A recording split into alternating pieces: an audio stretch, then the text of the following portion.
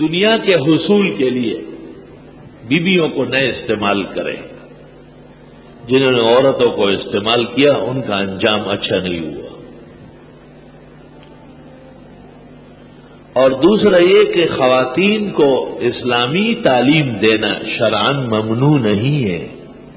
حجاب اور پردے کا لحاظ ضروری ہے. دین کی سرحدیں محفوظ رکھنی پڑے گی.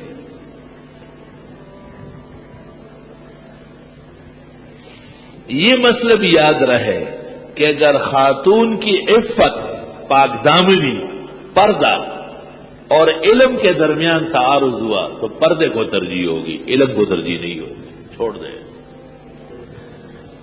بعض لوگ سمجھتے ہیں کہ شاید پردہ مولویوں کا ایجاد ہے.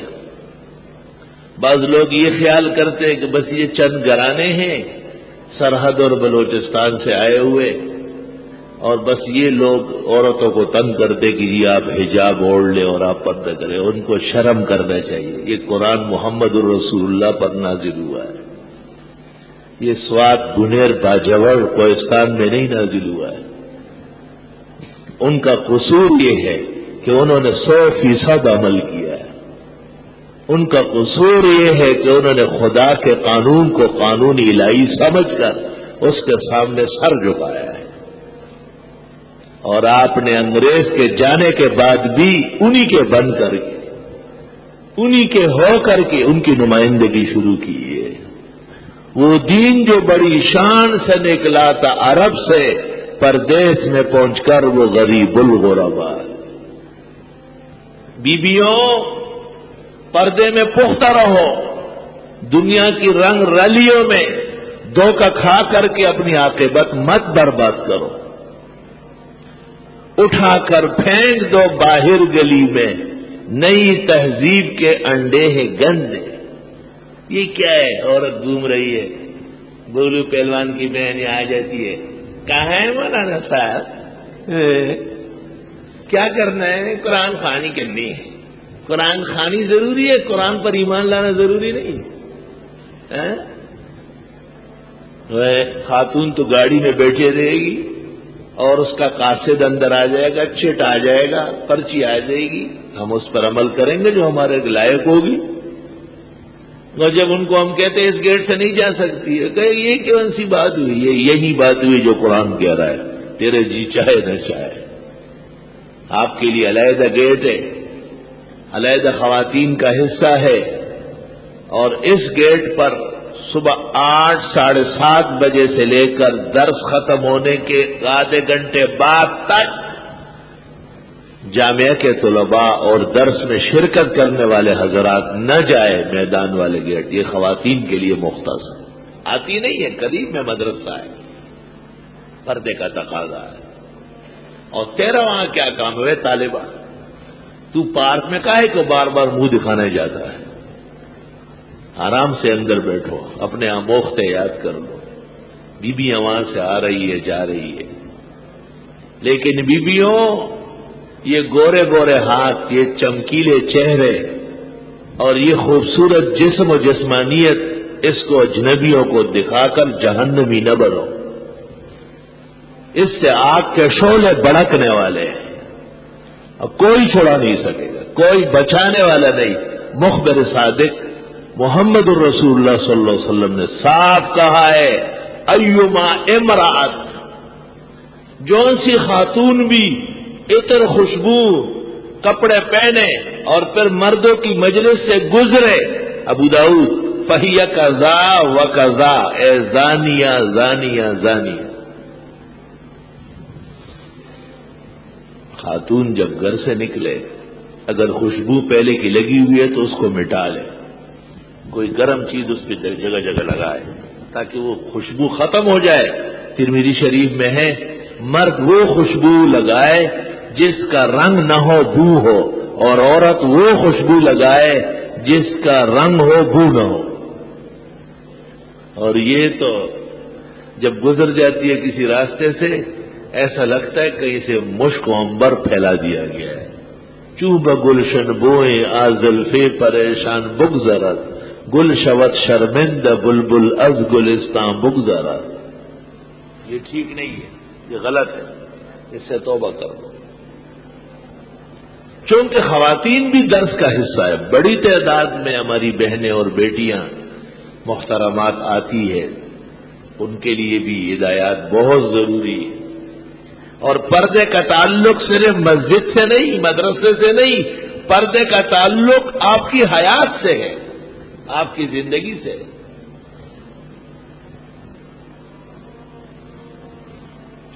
جب خاتون مر جاتی ہے اور اس کا جنازہ جاتا ہے تو فقہا کہتے ہیں جنازے کے اوپر چادر ہونا چاہیے۔ دیکھیں اس کی لاش کا بھی پردہ ہے، اور جب قبر پہنچے، قبر میں اتاری جائے گی تو فقہا کہتے ہیں محارم آ جائے۔ محارم جیسے بیٹا، بھائی، والد، چچا، تایا، ماموں، نانا، دادا، یہ محارم ہے۔ داماد بھی، چونکہ ساس کا نکاح ہمیشہ کے لیے منع ہے۔ بہنوئی محرم نہیں ہے، وہ نہیں آ سکتا۔ چچا کا لڑکا، ماموں کا لڑکا، خالہ کا لڑکا، پھوپھی کا لڑکا، یہ محارم نہیں ہے، ان کے ساتھ نکاح ہو سکتا ہے، اس لیے یہ قریب نہیں آئیں گے۔ صرف محارم آئیں گے، وہ چادریں پکڑے، اور اگر سخت مجبوری ہوئی اور اجنبی کو چادر پکڑنی پڑی، شرع ہدایہ میں لکھا ہوا ہے کہ اجنبی منہ باہر کی طرف کرے اور ہاتھ سے چادر پکڑے، اس طرف رہے۔ آپ کی لاش سے بھی شریعت کو پردہ ہے۔ آپ کو یہ کمزوری کہاں سے آ رہی ہے؟ ذرا دیکھ تو لے۔ مری ہوئی عورت، اس کا جسد قبر میں اتارا جا رہا ہے، اس سے کیا خوف خطرہ ہے؟ لیکن اسلام اپنے قاعدے اور ضابطے پر فولاد کی طرح قائم ہے۔ من المہد الی اللحد، خاتون کے لیے پردے کا انتظام۔ اللہ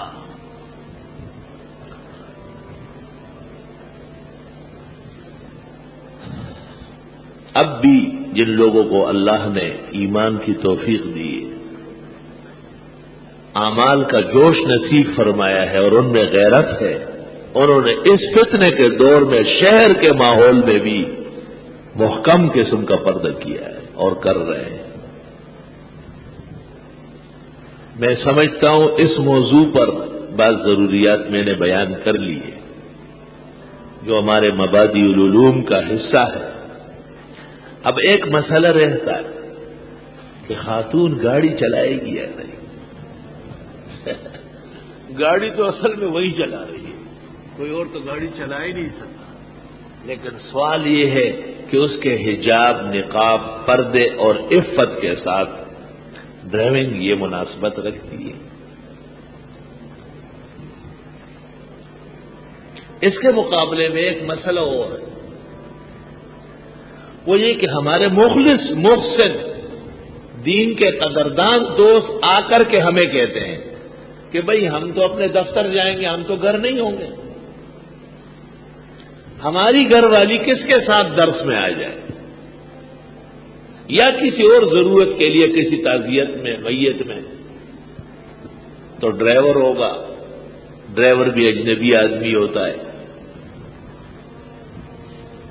کبھی کبھی تو ہم ان کو کہتے ہیں کہ بوڑھا ڈرائیور رکھے، لیکن بوڑھا بھی خطرناک ہوتا ہے۔ وہ تو بہت تجربہ کار ہوتا ہے، کیونکہ وہ تو زمانے کو پار کر چکا ہوتا ہے۔ وہ جوان غریب تو کوئی ڈرتا ورتا ہے، بوڑھا تو کہتے ہیں مجھے تو کوئی کچھ کہے گا ہی نہیں۔ ایسا اس کو کہتے ہیں فتنہ، واتقوا فتنہ لا تصیبن الذین ظلموا منکم خاصہ۔ فتنہ اس کو کہتے ہیں کہ نہ چھوڑ سکتے ہو نہ لے سکتے، اس کو فتنہ کہتے ہیں۔ یہ پریشان کن حالات ہوتے ہیں، علماء کہتے ہیں فتنہ ہے، ہم اس سے نکل بھی نہیں سکتے ہیں اور اس سے بری بھی نہیں ہو سکتے، ساتھ بھی نہیں دے سکتے۔ تو کوئی شک نہیں ہے کہ خاتون عذر ضرورت گاڑی چلا سکتی ہے، عذر ضرورت شدیدہ۔ اول تو بیٹا، بھائی، خاون وہ لے کر کے آئے، لے کر جائے، لیکن یہ تقریباً ان کے لیے ناممکن ہے کیونکہ وہ بھی اپنے کام میں ہوتے ہیں۔ یہ ایک ضرورت ہے کہ سخت مجبوری ہے اور خاتون چلا سکتی ہے تو جا سکتی ہے، لیکن میں یہ پوچھتا ہوں کہ خاوند گھر میں بیٹھا ہوا ہے اور خاتون مارکیٹ میں گاڑی چلا رہی ہے اور وہاں دکاندار کے ساتھ اندر جا کے چیزیں چن رہی ہے، یہ بھی میرا فقہی جواب ہے کیا؟ خاوند گاڑی میں بیٹھا ہے اور خاتون قصاب کے دکان پر گوشت چن رہی ہے، یہ شادولہ نیچے نہیں اترتا ہے کہ اس کو کہے بیٹھ کے نہیں اترتا ہے للائی اٹھا تو سے کیسے قصاب سرا دے نہ دینا سے ہوئے گا پکو کھڑے رکھا ہوئی خود نہ ہوگا پکو ہوئی گی ولا حول ولا قوت الا باللہ۔ مسئلہ تو صرف اتنا ہے کہ شدید مجبوری اور عذر کی وجہ سے جب عزت کو خطرہ ہو، نقصان عظیم ہو رہا ہو، تو خاتون اپنی گاڑی پردے میں حجاب کے ساتھ چلا سکتی، جواز ہے، ترک اولا ہے۔ کسی زمانے میں ہم یہ بھی کہتے تھے کہ نہ آئے درس میں، لیکن اس پر کفایت نہ ہوئی، یہ مسئلہ شافعیہ ثابت نہیں ہوا، کیونکہ اتنے بڑے حرمان کی دعوت دینا آسان کام نہیں ہے۔ تو جیسے ابن عابدین نے فتاوی شام میں لکھا ہے کہ خاتون دیگر خواتین کے ساتھ جائے، پھر اکیلی نہ جائے، 2-3 عورتیں اور بھی ساتھ، اور جس دن خاوند، والد، بھائی، بیٹا کوئی محرم ساتھ ہو تو اس سے کہے آپ گاڑی چلائے مجھے چھوڑا ہے، یہ خود اپنی تجربہ کاری نہ دکھائے کہ نہیں آپ بیٹھے رہے بس میں ہو آتی ہوں، یہ جائز نہیں ہے۔ اور حقیقت یہ ہے کہ تنہائی میں ڈرائیوروں کے ساتھ خواتین کو چھوڑ دینا اور جانے و آنے دینا بظاہر مشکل ہے۔ اللہ تعالیٰ تمام عورتوں کی، مسلمان بہنوں کی، بیٹیوں کی، ماؤں کی عزت، حجاب، پردہ، ناموس ہمیشہ محفوظ فرمائے۔ اللہ، یہ اسلام جو قیامت تک کے لیے آیا ہے، اس اسلام کے مسائل کو مسلمانوں نے ہی آگے بڑھانے ہیں، اور ڈرنا نہیں، گھبرانا نہیں۔ اگر ایک طرف دین کا تقاضا ہو، دوسری طرف ہمارا کوئی نقصان ہو تو نقصان پر رضامند ہو جائے، لیکن دین کو نہیں جانے دیں۔ اللہ اکبر۔ قرآن مجید جو اتنے مراحل سے نکلا ہے، اس شان سے جمع ہوا ہے، ہر ادا اول سے اخیر تک محفوظ فرما دیا گیا ہے، یہ اس لیے کہ یہ اسلام کی بنیاد ہے، اور جب تک دنیا میں قرآن رہے گا، خواتین کے حجاب کا مسئلہ بھی دیگر فرائض کی طرح ہوگا۔ یہ بات یاد رہے کہ خاتون کا حجاب اور پردہ یہ فرض ہے، یہ نفس احتیاط یا استحباب یا کوئی عام بات نہیں ہے، بلکہ فرض کے درجے میں ہے، کیونکہ اللہ کا حکم ہے اور اس کے خلاف کبھی بھی نہیں ہوا ہے۔ اللہ، ایسے مواقع بھی ہم دیکھتے ہیں، خواتین حج اور عمرے پر سفر کرتی ہے تو ان کے ساتھ محرم کا ہونا ضروری ہے۔ تو خاتون جب کہیں اور جاتی ہو، فقہا کہتے بیچ میں رات آتی ہو، تو بھی محرم ساتھ ہونا چاہیے۔ اس زمانے میں مفتیوں کو فتویٰ دینا چاہیے کہ خاتون اگر صدر جاتی ہو، ایمپریس مارکیٹ اور کسی اسٹیشن ایئرپورٹ تک اور واپس آنے کے لیے اس کو آنے جانے میں مرد اپنا محرم کی ضرورت ہے، یاد رکھ، میں نے خود دیکھا۔ یہ نہ سمجھ لے آپ کہ جی 2 گھنٹے کی فلائٹ پشاور تک بس ادھر بٹھا لوں گا وہاں اتر جائے گی، یہ ٹھیک بات نہیں ہے۔ اس درمیان میں کام ہو جائے گا سارا، اور میں نے رائے تو بے عینیہ اپنی آنکھوں سے میں نے دیکھا۔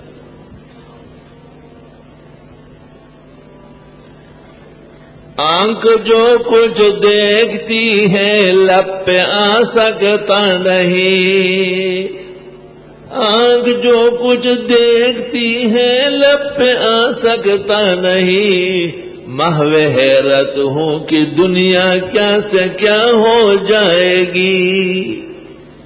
اللہ تعالیٰ اپنے خاص عنایات اور مہربانی سے ہمارے دین کو محفوظ فرمائے، اور ہماری بیویوں کو اسلامی زندگی نصیب فرمائے، ان کی سہولت کے لیے اور دینی رہنمائی کے لیے یہ اس درس کا انعقاد ہوا ہے۔ الحمدللہ اس کا کوئی فیس نہیں، اس درس کے نام پر کوئی چندہ نہیں۔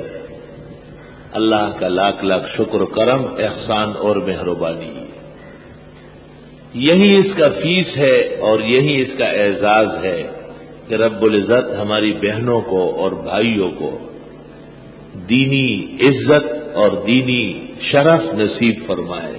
وہ اصل ہے، باقی دنیا ختم ہونے والی ہے۔ قل متاع الدنیا قلیل والآخرۃ خیر لمن اتقی۔ اب بات چلی ہے تو پوری کر لیتے۔ خواتین ٹیلی ویژن دیکھ سکتی ہے، ٹیلی ویژن پر اجنبی لوگ آتے ہیں اور ہر طرح کے ہوتے ہیں، ہر طرح لباس میں ہوتے ہیں۔ خواتین ان کی نگاہ کا بھی پردہ ہے اور اجنبیوں کو نہ دیکھنا یہ ضروری ہے۔ بعض لوگ کہتے ہیں کہ دیکھنے سے کیا ہوتا ہے؟ افسوس، ان کی عقل پر افسوس۔ دل کی نہیں تقصیر مکن آنکھ ظالم، دل کی نہیں تقصیر مکن آنکھ ظالم، یہ جا کے نہ لڑتی وہ گرفتار نہ ہوتا۔ سارا نقصان تو آنکھوں کا ہے۔ یعلم خائنۃ الاعین وما تخفی الصدور۔ دیکھو پہلے آنکھوں کا ذکر کیا، یعلم خائنۃ الاعین، وہ جو آنکھ کے غلط دیکھتی ہے خیانت کر کے اور پھر دلی ارادے بدلتے ہیں، اللہ اس سب کو جانتے ہیں۔ اللہ وَاذْكُرْنَ مَا يُتْلَىٰ فِي بُيُوتِكُنَّ مِنْ آيَاتِ اللَّهِ وَالْحِكْمَةِ۔ عورتوں کو پروگرام دیا کہ درس قرآن سنت میں مشغول رہو۔ ان اللہ کان لطیفا خبیرا، اللہ باریک باریک چیزوں کو جاننے والا ہے۔ دبلی پتلی پتلی جو آپ کو خیال بھی نہیں، اللہ کو یہ بھی پتا ہے کہ یہ ہو جائے گا اس کے ساتھ۔ اللہ حدیث شریف تو اس طرح آئی ہے کہ حضرت تشریف فرماتے، مشکات ثانی کتاب النکاح میں روایت موجود ہے، اور حضرت حفصہ اور ام حبیبہ ساتھ تھی۔ اتنے میں پتہ چلا کہ اعمیٰ صحابی نابینا عبداللہ ابن ام مکتوم آ رہا ہے، تو حضرت نے بیویوں سے کہا احتجبا، تم دونوں پردے میں چلی جاؤ، احتجبا پردے میں چلی جاؤ۔ تو انہوں نے کہا اعمیٰ لا یبصرنا، وہ تو نابینے ہیں، دیکھتے نہیں۔ آپ نے فرمایا افعامیاوان انتما یا عدوات انفسکن، تم تو اندھی نہیں ہو، جان کی دشمن ہو، تم تو دیکھ رہی ہو۔ اس حدیث سے اور سینکڑوں دلالات دین سے پتہ چلتا ہے کہ خواتین اجنبیوں کو نہ دیکھا کریں، ان سے پرہیز کریں۔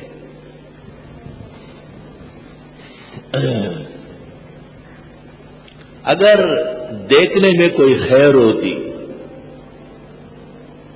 تو اللہ تعالیٰ کسی پیغمبر اور خاص کر آخری پیغمبر کا کوئی شبیہ دنیا میں قائم کر لیتا، کیونکہ حضرت تو سر تاپا معجزہ اور جمال تھا، ان کے دیکھنے سے بہت فیض ہو سکتا تھا، لیکن حضرت صلی اللہ علیہ وسلم نے تصویر تک کو منع فرما دیا، تصویر تک، زیروح کی تصویر کو۔ اس لیے ہماری بہنیں، بیٹیاں اور مائیں اور دیگر محترمات اسلام، ان سے گزارش ہے کہ وہ اپنی نگاہ، شرمگاہ، عزت، ناموس سب کچھ محفوظ رکھنے کے لیے اجانب کو دیکھنا بھی بند کر دے اور قرآن کے درس پر پورا ایمان لائے ان سے پوری طرح استفادہ فرمائیں، دونوں جہانوں کی بلائی اور سرخ روئی انشاءاللہ نصیب ہوگی۔ جناب رسول اللہ صلی اللہ علیہ وسلم نے امت کو سنہری قسم کی ہدایات دی، بڑی راسخ۔ کتنی عجیب بات ہے، محلے کی مسجد ہوتی ہے، اس میں امام مؤذن سب مقرر ہوتے ہیں، لیکن خاتون نہیں ہوتی۔ غور تو کرے آپ۔ بعض خواتین ہم سے پوچھتی ہے کہ ہم حرم شریف میں کیا کریں، تو کعبہ شریف کے اندر تو خواتین کی جگہ متعین ہے، علیحدہ گیٹ، علیحدہ مقام، وہاں مرد نہیں آ جا سکتا، صرف طواف کی مجبوری ہے کہ وہ مشترک ہوتی ہے۔ اور مسجد نبوی کے اندر بھی الحمدللہ خواتین کی جگہ علیحدہ ہے، وہاں کوئی عورت مردوں میں یا مرد عورتوں میں نہیں آ سکتا۔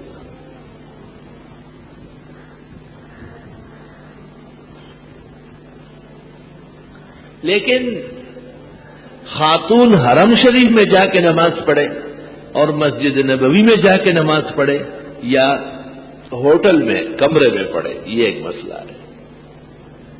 بعض مسائل میں علماء جرأت نہیں کرتے، جرأت کی ضرورت ہے۔ حضرت صلی اللہ علیہ وسلم کی یہ حدیث سنن میں موجود ہے کہ آپ نے فرمایا صلاتہن فی بیوتہن خیر لہن، عورتوں کی نماز ان کے گھروں میں ان کے لیے بہتر ہے۔ اب سوچنے کی بات یہ ہے کہ یہ ارشاد جو آپ نے فرمایا کہ عورتوں کی نماز ان کے کمرے میں بہتر ہے، تو آپ نے خود بیان فرمایا اور آپ ہی مسجد نبوی کے امام ہیں، اور صفوں میں ابوبکر، عمر، عثمان و علی جیسے ایماندار باصفا ہر اعتبار سے شر فساد سے محفوظ نظر آتے ہیں۔ مدینہ منورہ میں فرشتوں کی آمد ہے، گلیاں اور کوچے وہی سے معطر ہے، قرآن کی صدائیں بلند ہو رہی ہے، کائنات کو ایمان، اخلاص، دیانت، شرافت، تقوی، پرہیزگاری مل رہی ہے۔ مسجد نبوی جہاں ایک نماز 50,000 کے برابر ہے، اور مسجد الحرام جہاں ایک نماز 1,00,000 کے برابر ہے، اور آپ فرماتے ہیں خواتین کی نماز میرے پیچھے آ کر کے مسجد نبوی یا مسجد حرام کے اندر جہاں 50,000 اور 1,00,000 ہے، اس سے بڑھ کر ثواب ان کو ملے گا جب وہ گھروں کے اندر جا کے نماز پڑھے گی۔ سمجھنا تو چاہیے، حدیث شریف تو اٹل ہے اپنی جگہ۔ صلاتہن فی بیوتہن خیر لہن، خواتین کی نماز بجائے مسجد نبوی میں آ کر پیغمبر کے پیچھے پڑھنے کے اور مسجد الحرام میں آ کر کے حضرت کے پیچھے پڑھنے کے، اگر یہ وہاں کسی ہوٹل کے کمرے میں پڑھے اور جہاں وہ رہ رہی ہے پردے حجاب اس جگہ پر نماز پڑھ لے، تو یہ 50,000 سے اور 1,00,000 سے بھی بڑھ کر نماز ہے۔ یہ ارشاد تو اس لیے فرمایا تاکہ اس پر عمل ہو، اس لیے نہیں فرمایا کہ بس الاختیار تک روایت رہے، آگے نہ بڑھے۔ میں یہ نہیں کہتا کہ خواتین نہ جائے، ضرور جائے اور اللہ بار بار نصیب فرمائے، لیکن خاتون جب وہاں مسجد حرم 5 نماز کے لیے آتی جاتی ہے، مسجد نبوی میں 5 نماز کے لیے آتی جاتی، یہ حدیث کس معنی میں واقع ہے؟ صلاتہن فی بیوتہن خیر لہن۔ حضرت ایسے بھی فرما سکتے تھے کہ یہ خواتین جو مشقت سے یہاں پہنچی ہے، بجائے گھر میں پڑھنے کے میرے پیچھے آ کر پردے اور حجاب میں کھڑی ہو کر نماز پڑھ لے، یہ لاکھوں درجے افضل ہے اس نماز سے جو یہ اپنے گھر کے اندر پڑھ رہے ہیں۔ آپ نے ایسا نہیں فرمایا، آپ نے فرمایا نہیں، گھر میں جو پڑھ رہی ہے وہ اس سے افضل ہے، صلی اللہ علیہ وسلم۔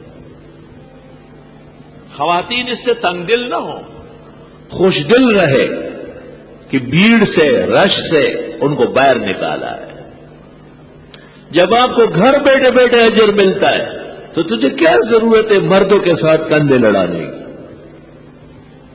کیا ضرورت پیش آئی آپ کو؟ طواف کے لیے امکان نہیں ہے بچنے کا، اتنا ہو سکتا ہے کہ اوقات دیکھے، اوقات دیکھے، جیسے رات کا وقت دن کے 10 بجے سے لے کے 12 بجے تک کا وقت، یا ظہر کے 3 ساڑھے 3 سے لے کر کے وہاں کے حساب سے عصر کی اذان تک جو 1 گھنٹہ ہے، یہ گھڑیاں، ان میں تقریباً مطاف خالی ہوتا ہے۔ خالی کا مطلب یہ ہے کہ ہزاروں آدمی ہوں گے تو سینکڑوں ہو جائیں گے، چند افراد رہ جائیں گے تو خاتون بچ کے چل سکے گی، بچ کے۔ یہ مسائل جاننا بہت ضروری ہے، اور یہ درس کا مغز ہے، درس کا مغز ہے، یہ خلاصہ ہے کہ ہمارے بھائی لوگ اور ہمارے بزرگ، ہمارے دوست، ہماری بہنوں کو، بیٹیوں کو اور دینی محترمات کو حجاب شرعی کی تعلیم دے۔ اس موضوع پر 3 کتابیں دیکھنے کی ہے، بہت ضروری ہے، 3 کتابیں۔ سب سے عمدہ اور بہتر کتاب پاکستان کے شیخ الاسلام مولانا شبیر احمد صاحب عثمانی کی ہے، اور اس کتاب کا نام ہے شرعی پردہ، مولانا شبیر احمد صاحب ہے۔ اور یہ کتابیں ہمایوں مغل لے آئے، اپنے کتب خانے میں رکھے، یہ نکلے گی اب۔ دوسری کتاب قاری محمد طیب صاحب رحمۃ اللہ علیہ کی حجاب شرعی،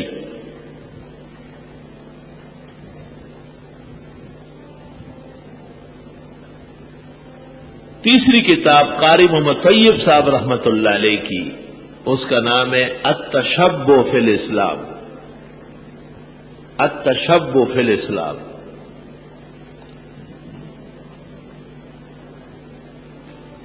آج کل اس کو اردو میں نام رکھا گیا ہے، اور اس کا نام ہے اسلامی تہذیب و تمدن، اسلامی تہذیب اور تمدن۔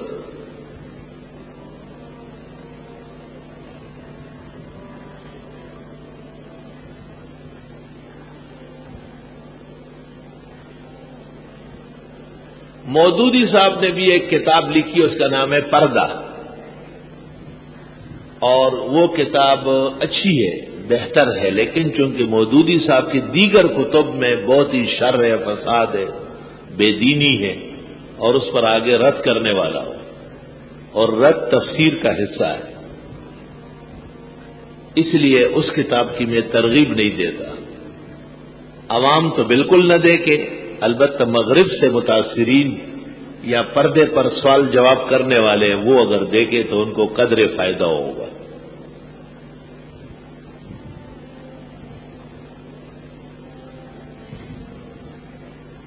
بعض لوگ سمجھتے ہیں کہ خاتون کے چہرے کا پردہ نہیں، یہ بالکل غلط کہتے ہیں۔ بخاری شریف میں بار بار آیا ہے کہ چہرہ نہ دیکھنا اصل پردہ ہے، چہرہ دیکھنا، چہرہ ہی دیکھ لیا اور کیا چاہیے، وہ چہرے ہی تو سب کچھ ہے، چہرہ برافروخت۔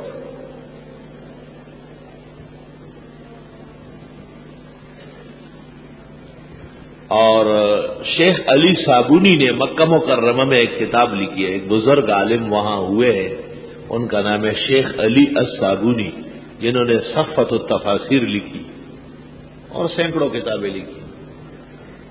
شیخ علی الصابونی کی کتاب کا نام ہے حجاب المرأۃ فی وجہہا، خاتون کا اصل پردہ تو چہرے کا ہے، اللہ جزائے خیر دے۔ حجاب المرأۃ فی وجہہا، وہ جو کتابوں میں لکھے الا وجہہا وکفیہا ویدیہا، وہ تو ضرورتاً تھا، یہ تو نہیں تھا کہ لوگوں کو آپ چہرہ دکھایا کہ آؤ یہ چاند دیکھو، فلا حول ولا قوت الا باللہ، یہ مطلب تو الا وجہہا وکفیہا ویدیہا وقدمیہا۔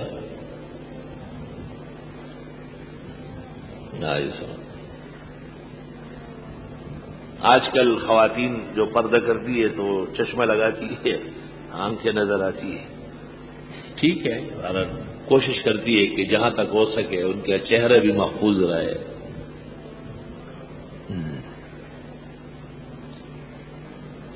درس تفسیر کے ذریعے ہماری بہنوں کو اور بھائیوں کو حرام سے بچنا اور گناہوں سے دور رہنا اور اچھے ماحول اور نیکیوں کے قریب ہونا، یہی اصل درس ہے۔